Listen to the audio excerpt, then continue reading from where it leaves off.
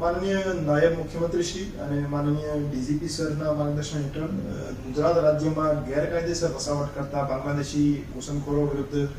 એક ગત રાત્રિ મોડી રાત્રે ઓપરેશન ડેલ્ટા હન્ટ નામથી એક રાજ્યવ્યાપી ઓપરેશન હાથ ધરવામાં આવ્યો હતો। આ ઓપરેશન હેઠળ રાજકોટમાં અમારી પાસે 450 કરતાં વધારે સસ્પિશિયસ માણસોના data cyber centre of excellence Gandhinagar તરફથી મળ્યા હતા। તો એ ઓપરેશનના ભાગરૂપે માનનીય additional CP sir Chaitanya Mandlik સરના માર્ગદર્શન હેઠળ DCB police station, cyber crime police station, UW, SOG, parole ફરલોની 13 ટીમ અને લોકલ પોલીસ સ્ટેશનની 12 ટીમ, આમ 25 ટીમ દ્વારા મધ્યરાત્રિથી વહેલી સવાર સુધી એક ઓપરેશન લોન્ચ કરવામાં આવેલ હતું અને તમામ માણસોને વેરીફાઈ કરવામાં આવેલ હતા।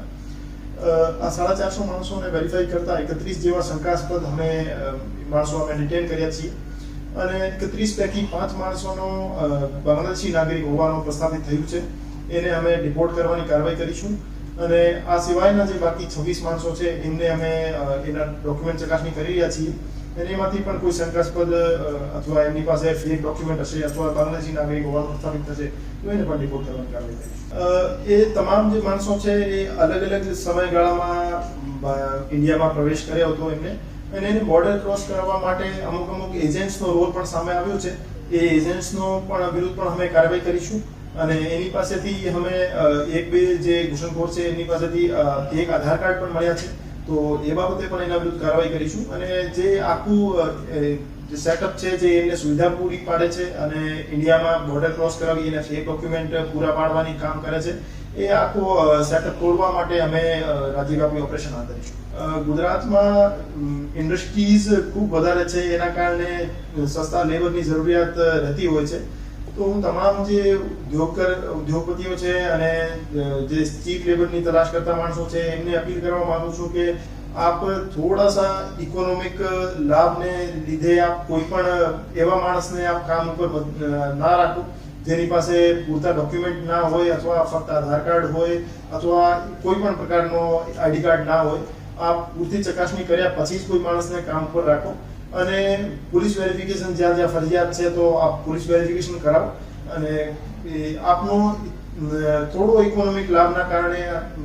એ રાષ્ટ્રની સુરક્ષા માટે, આંતરિક સુરક્ષા માટે મોટો પ્રશ્ન ઊભો થઈ શકે છે। તો એ તમામને અપીલ કરવા માંગુ છું કે આપ કોઈ પણ એવા માણસનો આપણે લાગે કે એ માણસ બહારનો ઘૂસણખોર હોઈ શકે છે તો આપ તરત જ લોકલ પોલીસનો કોન્ટેક્ટ કરો અને એનો પ્રોપર વેરિફિકેશન કરો। જે મહિલાઓ અમે બાંગ્લાદેશી ઘૂસણખોર પકડી છે એ દેહ વ્યાપારમાં સંલિપ્ત હતી અને સ્પામાં કામ કરતી હતી અને અમુક જે માણસો છે એ લોકલ કિરાયા ઉપર પણ રહેતા હોય છે। તો જ્યારે પણ એવો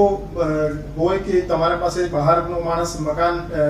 ભાડુઆત તરીકે લેવા માટે આવે ત્યારે હું તમામને અપીલ કરવા માંગુ છું કે ટેનન્ટનો વેરિફિકેશન પોલીસમાં કરાવવું ફરજિયાત છે। આપ એમની પાસેથી પ્રોપર